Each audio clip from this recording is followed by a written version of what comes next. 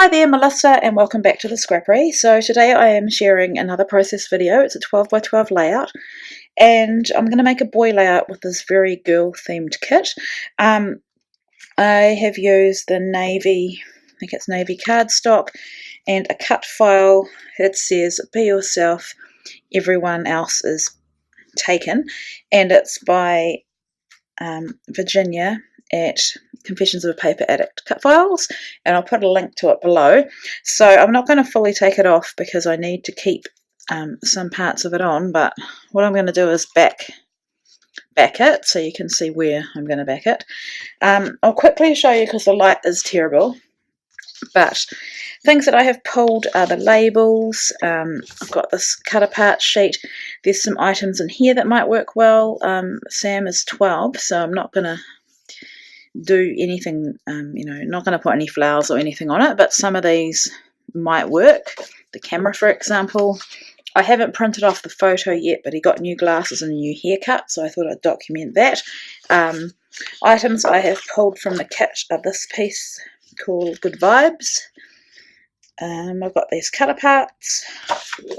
That's the B side. I love this sheet of Polaroids and words and phrases in there. The B side's also beautiful.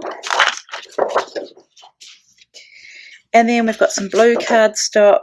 It's Kaiser Craft or Kaiser Card and Duck Egg. I have pulled this wood grain as a potential background. I'm not sure yet. I've actually pulled both of those, so I don't know why I did that, but I did. So stay with me and I will get on with it. So firstly I want to apologise about the light here. I filmed this 2 days ago, and because it's winter and it was about 4 o'clock, so I was really pushing it to be able to get it done, but I wanted to get it done because I didn't want to back this cut file on the screen. I wanted to do it in the evening. So here I'm just lifting off my mat, and you can see you might want to leave some pieces on the mat if you want to trace around them. And I just did it carefully. There were some bits where my silhouette hadn't cut it properly, but that wasn't the fault of the silhouette or even the cut file. It was the fault of me, because I think I'd put my setting onto pattern paper and it should have been on textured cardstock. But anyway, that is like a navy coloured cardstock from the kit, but it ends up looking black in the final layout. So I had thought about using the wood grain. I was really keen to do that, and it looked fine. But then I went through the kit one more time just to make sure, and I ended up loving that piece that you just saw. So I've backed it, and I'm just trying the wood grain again, but I go back to the other piece that I just showed you. So I've used, I think, 3 different pattern papers for backing the cut file. For the smaller words, I used the 4x6 cards that you get in the PLK, and for the everyone I just used an offcut of that beautiful, my favourite paper in the kit actually is that one. Then I wanted to use some of these labels from the cut apart sheet, and this comes from the PLK as well, and so I'm just using my trimmer not very well. I'm actually probably better to cut it by hand because I always end up having to trim things out with my scissors anyway, as you'll see in a sec. So I just trimmed out those 2 bottom ones. The rest were a little bit girly, and I didn't want that dark navy one because I already had enough dark navy going on. So here you can see me just trimming them out. And at this stage I wasn't even sure what I was going to be using them for, but I just knew I needed to use them. So when a kit is very girly, I have to work quite hard to make a boy layout, and this kit in particular is so girly that I don't think there was that much that I could really use for Sam because he is older.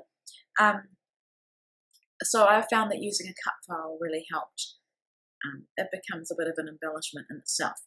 So here I'm just showing you how I trim out the insides of letters once they're backed. I had to glue those 2 little inner bits of the B down, and then once it's dried, because you don't want to do it too soon, but you want the paper to be dry so you can easily trim it out. So I just use my craft knife, which is a bit blunt, and then I use these little scissors to do the trimming. So now I am gluing it down, and I'm just using some liquid glass, which is like glossy accents. It's from close to my heart. It dries glossy, but it's clear as well. So just using a little bit, and if I had thought about this, I would have probably glued it in 3 parts, but I decided to put glue on all of it. Just makes it a bit tricky when it comes to turning it over and sticking it down. Obviously where the cut file is backed, it's a lot heavier than that piece in the middle. So I just realised I left that all in, but that's fine. So yeah, you just want to do it carefully. And another thing you can do is go back to the cut file, to the PNG file, and it'll show you where bits and pieces are meant to be. So I had a look to see where I was meant to line up this second part of the cut file. Now it doesn't really matter, it's up to you, but I wanted to have as much room as I could for the photo, and also to kind of space it out so it looked right, and that's where I went with. So now moving on to my photo.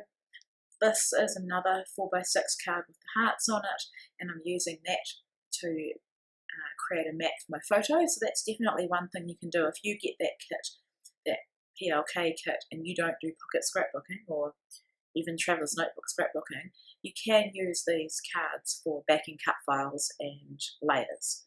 So I've torn the edge of the bottom edge for a bit of interest, and then I decided to use these labels as like layers behind my photo. So I did think about putting both of them on either side, but as you'll see soon, I'll use that rainbow coloured one to put it behind the top and bottom of the photo. So I've just used a little bit of liquid adhesive, and I'm not too worried if this isn't exactly perfectly lined up, but I was very careful to trim off the bits of paper that I hadn't, or the edges that were uneven. So here I go, just trimming through the edge, and then I decided to make this the top and bottom. And I love how it turns out. It means I don't have to use any more paper, I can just use these labels. So the story behind this photo, I think I said before in my intro, was that Sam had got new glasses, he'd broken his old ones, and his old ones were like wire rimmed ones, and these ones were plastic and a bit more mature. He's off to high school next year, he's actually 12.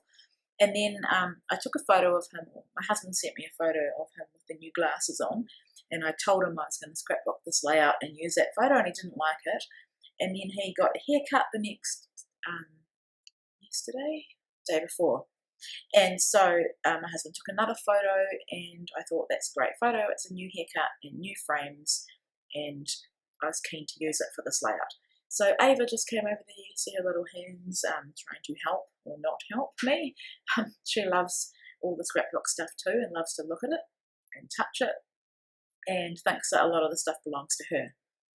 So these are the stickers, clear stickers, and the cardstock stickers. I found the cardstock stickers quite hard to get off the backing, so you've got to be careful, or you can actually split them in two.